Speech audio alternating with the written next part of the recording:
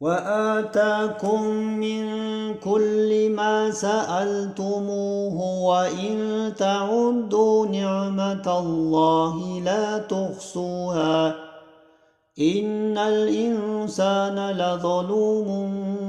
كفار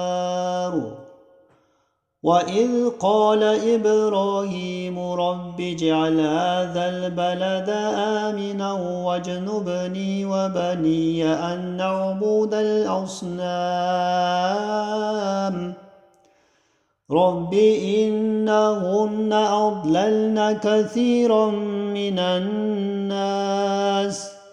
فمن تبعني فإنه مني ومن عصاني فإنك غفور رحيم ربنا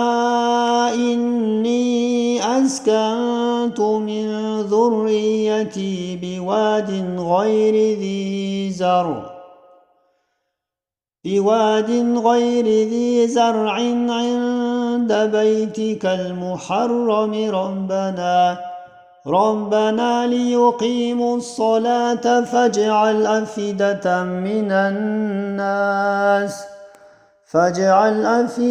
من الناس تهوي إليهم وارزقهم من الثمرات لعلهم يشكرون ربنا إنك تعلم ما نخفي وما نعلن وما يخفى على الله من شيء في الأرض ولا في السماء الحمد لله الذي وهب لي على الكبر إسماعيل وإسحاق إن ربي لسميع الدعاء رب اجعلني مقيم الصلاة ومن ذريتي ربنا وتقبل دعاء ربنا اغفر لي ولوالدي وللمؤمنين يوم يقوم الحساب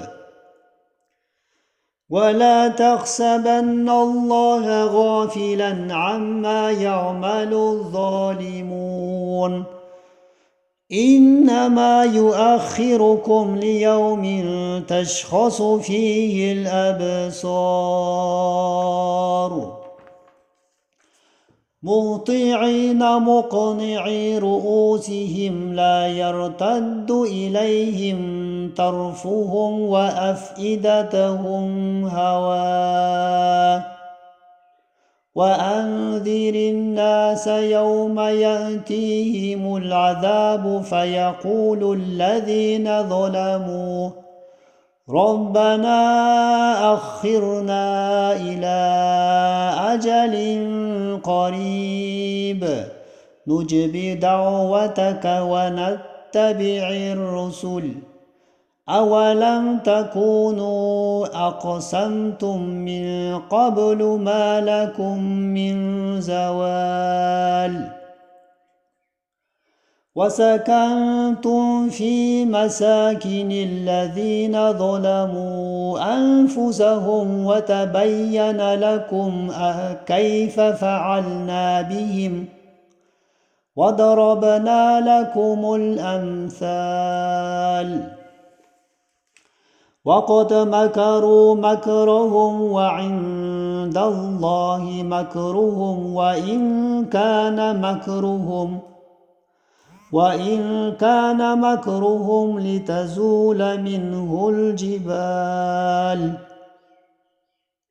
فلا تحسبن الله مخلف وعده رسله إن الله عزيز ذو انتقام يوم تبدل الأرض غير الأرض والسماوات وبرزوا لله الواحد القهار وترى المجرمين يومئذ مقربين في الأصفاد سرابيلهم من قطران وتغشى وجوههم النار ليجزي الله كل نفس ما كسبت إن الله سريع الحساب هذا بلاغ للناس ولينذروا به وليعلموا أنما هو إله واحد وإليه يذكر أولو الألباب.